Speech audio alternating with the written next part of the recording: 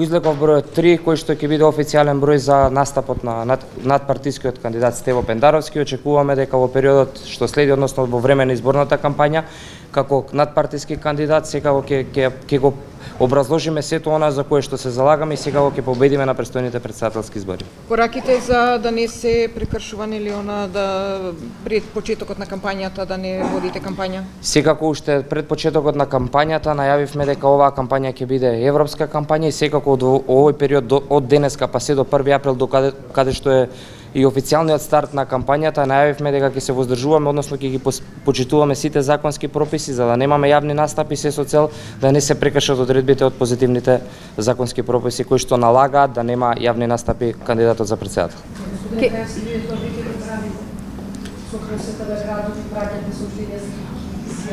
До сега. Тоа почнува од денеска, каде што денеска официјално започнува тој период пред кампањата каде што не треба да има јавни настапи, односно каде што важат одредбите од изборниот законник. Очекувате ли фер европска кампања без оцрнување? Очекуваме фер европска кампања во духот на европските вредности и убеден сум дека таква кампања ние како Социјалдемократскиот сојуз заеднички со сите 31 партија кои што го поддржаа нашиот надпартиски кандидат Стево Пендаровски, дека заеднички ќе водиме европска кампања која што ќе биде во духот на европските вредности. Говорите само за вашата, каква кампања очекувате од против кандидатите? И од против кандидатите очекуваме иста таква кампања, идентична кампања која што ќе отсликува демократијата која што владее во нашата држава.